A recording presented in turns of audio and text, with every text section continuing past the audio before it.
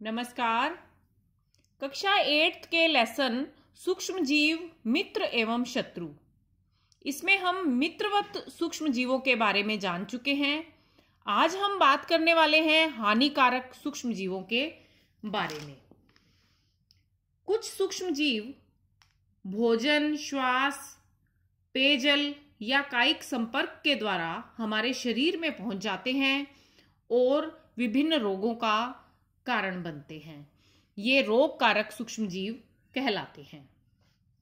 और कुछ रोग ऐसे होते हैं जो एक संक्रमित व्यक्ति से स्वस्थ व्यक्तियों में फैल जाते हैं। वायु, जल, भोजन या कायिक संपर्क द्वारा यह संक्रमण फैलता है। इस प्रकार के रोग संक्रामक रोग या संचरणीय रोग कहलाते हैं। इस प्रकार के रोग हैं हैजा, सामान्य सर्दी जुकाम, चिकन पॉक्स, क्षय रोग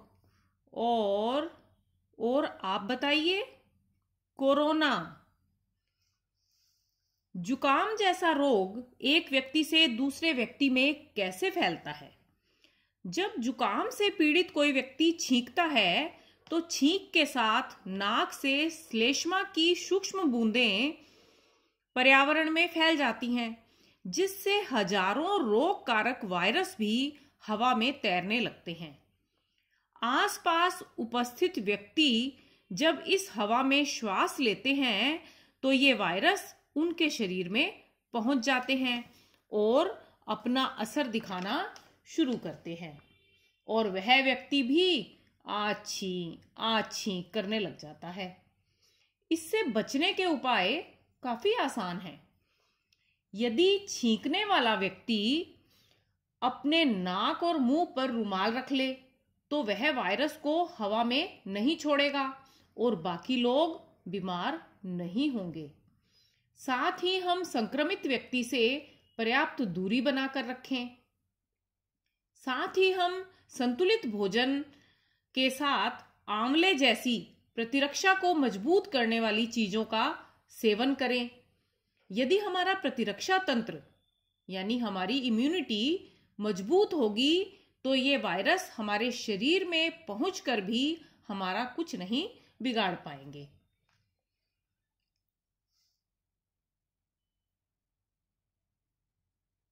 हम हमेशा अपने घर को इतना साफ सुथरा रखने की कोशिश करते हैं कि उसमें मक्खी मच्छर दिखाई भी ना दें।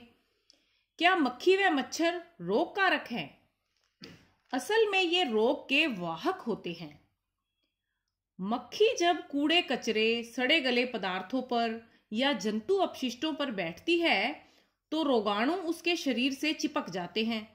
फिर मक्खी जब बिना ढके भोजन पर बैठती है तो रोगाणुओं को भोजन पर छोड़ देती है। फिर उस संदूषित भोजन का सेवन करने वाला व्यक्ति बीमार तो होगा ही। तो हमें क्या करना चाहिए? साफ सफाई रखें, भोजन को भी ढक कर रखें और बाहर बिकने वाला बिना ढका भोजन कभी ना खाएं। मक्खी की तरह मच्छर भी रोगों के वाहक होते हैं। मादा एनोफिलीज मच्छर मलेरिया फैलाता है और प्लाज्मोडियम को हमारे शरीर में छोड़ देता है।